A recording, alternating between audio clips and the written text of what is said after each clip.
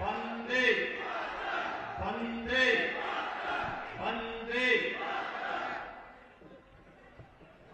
आज के इस लोकार्पण और शिलान्यास कार्यक्रम में मंच पर उपस्थित भारतीय जनता पार्टी के लोकप्रिय और कर्मठ प्रदेश अध्यक्ष भारत माता की वंदे वंदे वंदे। आज के इस लोकार्पण और शिलान्यास कार्यक्रम में मंच पर उपस्थित भारतीय जनता पार्टी के लोकप्रिय और कर्मठ प्रदेश अध्यक्ष माननीय श्री स्वतंत्र देव सिंह जी, उत्तर प्रदेश सरकार में मेरे वरिष्ठ सहयोगी गन्ना मंत्री श्री सुरेश राणा जी, भारतीय जनता पार्टी के क्षेत्रीय अध्यक्ष श्री मोहित बेनीवाल जी, माननीय सांसद श्री प्रदीप चौधरी जी, माननीय विधायक श्री तेजेंद्र निर्वाल जी, विधान परिषद के माननीय सदस्य चौधरी वीरेंद्र सिंह जी, भारतीय जनता पार्टी के जिला के अध्यक्ष श्री सत्येंद्र तोमर जी, आज के इस कार्यक्रम में उपस्थित भारतीय जनता पार्टी की वरिष्ठ नेत्री श्रीमती मृगांका सिंह जी, श्री अनिल चौहान जी, श्री रमेश गौड़ कश्यप जी, श्री अजय शर्मा जी, के शुक्ला जी, उत्तर प्रदेश के पुलिस महानिदेशक श्री मुकुल गोयल जी और भारी संख्या में आज के इस कार्यक्रम में उपस्थित जनपद शामली के सभी उपस्थित भाइयों बहनों, कभी इतिहास में भारत की संगीत की एक विशिष्ट विधा के लिए विख्यात रहा केराना घराना किस जन्मभूमि और पश्चिमी उत्तर प्रदेश के प्रमुख व्यापारिक केंद्र केराना में आज हम सब आपकी चिर प्रशिक्षित मांगों को यहां पर पूरा करने के लिए आए हैं।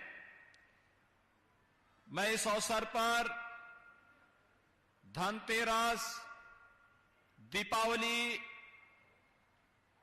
गोवर्धन पूजा, भैया दूज और हम अगले 3 दिन के अंदर ही गोपाष्टमी का पावन पर्व भी मनाएंगे। इन सब की बधाई आपको देते हुए आप सभी भाइयों बहनों का मैं हृदय से अभिनंदन करता हूं। भाइयों बहनों, याद करिए 2017 में भी मैं शामली में आया था। अन्य कार्यक्रमों के सिलसिले में मेरा आना होता रहा है और तब मैंने केराना के बारे में कहा था कि यहां पर सुरक्षा का बेहतर वातावरण देंगे। मुझे याद है केराना की इस पीड़ा को बाबू हुकुम सिंह जी ने जोर शोर से उठाया था। आज बाबू हुकुम सिंह जी हमारे बीच में नहीं हैं। मैं उन्हें उनके स्मृतियों को नमन करते हुए विनम्र श्रद्धांजलि अर्पित करता हूं। और भाइयों बहनों, इस क्षेत्र के बारे में जो विकास की उनकी सोच थी, विकास की सोच को आगे बढ़ाने के लिए आज हम सब इस पश्चिमी उत्तर प्रदेश के कभी प्रमुख व्यापारिक केंद्र के रूप में रहे इस कैराना कस्बे में ढेर सारी परियोजनाओं के साथ आए हैं। याद करिए 2017-18 में यहां के नागरिकों ने, यहां की बहनों ने, यहां की बेटियों ने, यहां के प्रमुख व्यापारी और उद्योगपतियों ने एक मांग की थी कि यहां पर पुलिस चौकी का सुदृढ़ीकरण होना चाहिए। हम लोग उस कार्य को पहले ही कर चुके हैं। हमारे जनप्रतिनिधि बराबर इस बात को कहते थे कि यहां पर पीएसी का एक बटालियन होना चाहिए। और भाइयों बहनों, 250 करोड़ रुपए की लागत से पीएसी की इस बटालियन का आधारशिला रखने के लिए आज मैं यहां पर आया हूं। 1278 पीएसी के जवान रहेंगे यहां पर।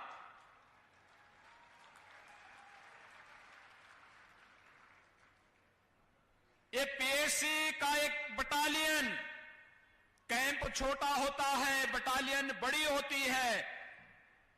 यहां पर किसी भी विपरीत परिस्थिति का सामना करने के लिए यहां के प्रत्येक नागरिक के मन में सुरक्षा का एक नया विश्वास जागृत करने के लिए बड़ी भूमिका का निर्वहन करेगा। और यही तो आश्वासन देने के लिए आज एक बार फिर से मैं आपके पास आया हूं, आपसे कहने के लिए।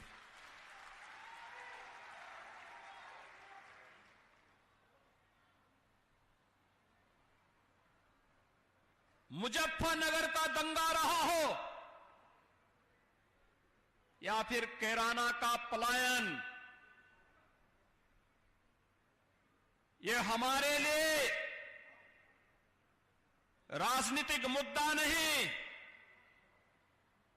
बल्कि प्रदेश और देश के आन मान और शान पर आने वाली आंच का मुद्दा रहा है। और हम लोग जब सत्ता में नहीं थे तब भी हम लोग कहते थे कि इस प्रकार की कायराना हरकतों को हम स्वीकार नहीं करेंगे। और सत्ता में आए तो अपराध और अपराधियों के प्रति जीरो टॉलरेंस की नीति के तहत कार्य प्रारंभ हुआ। कभी कैराना कस्बे में यहां के व्यापारी और यहां के नागरिकों को प्लान करने के लिए मजबूर करने वाले अपराधी आपने विगत 4.5 वर्ष के अंदर देखा होगा, स्वयं प्लान करने के लिए मजबूर हो गए। किसी अपराधी और किसी माफिया की हैसियत नहीं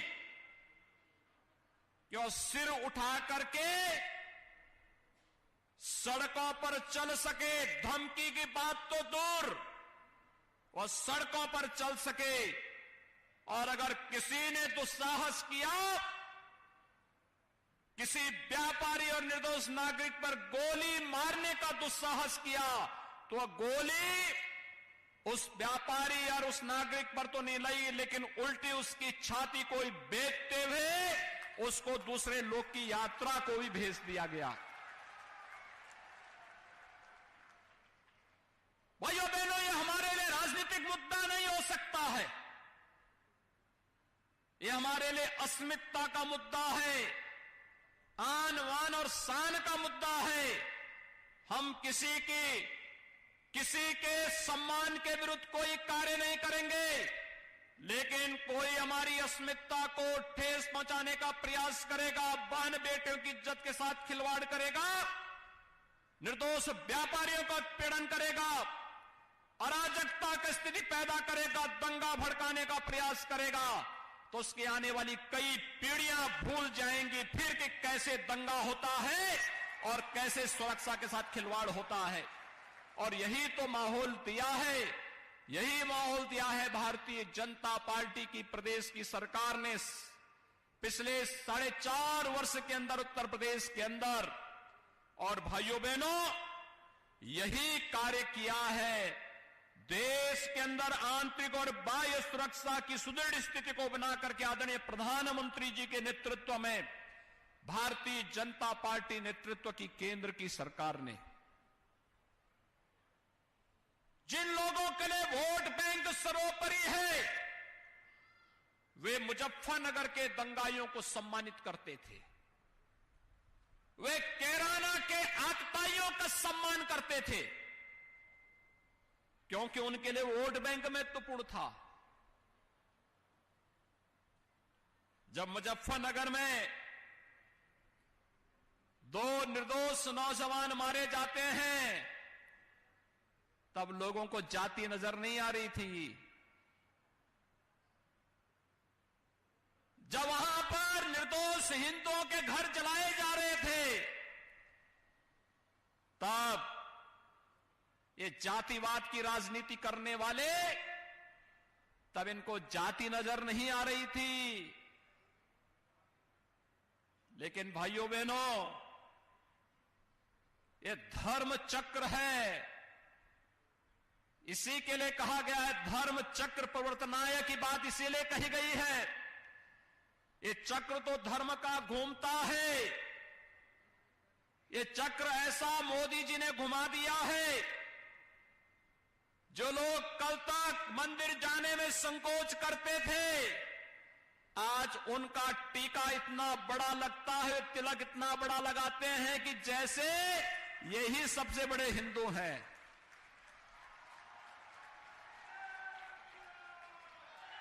यह आपकी एकता की ताकत है, और आपकी इस एकता की ताकत का एहसास कराने के लिए आए हैं। आपने 2014 में मोदी जी पर विश्वास किया। मोदी जी ने देश के अंदर सुरक्षा का बेहतर वातावरण दिया। देश की जनता जनार्दन ने मोदी जी पर विश्वास किया।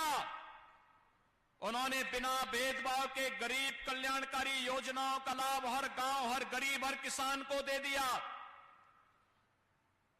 मोदी जी ने विकास की बड़ी बड़ी परियोजनाओं को आगे बढ़ाने का कार्य भी किया।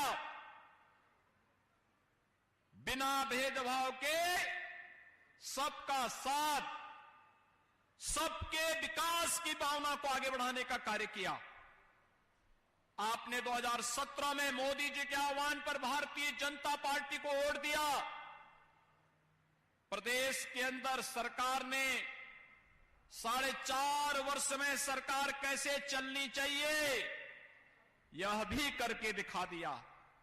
पहले सरकारें चलती थी अपने लिए, अपने परिवार के लिए, अपने खानदान के लिए।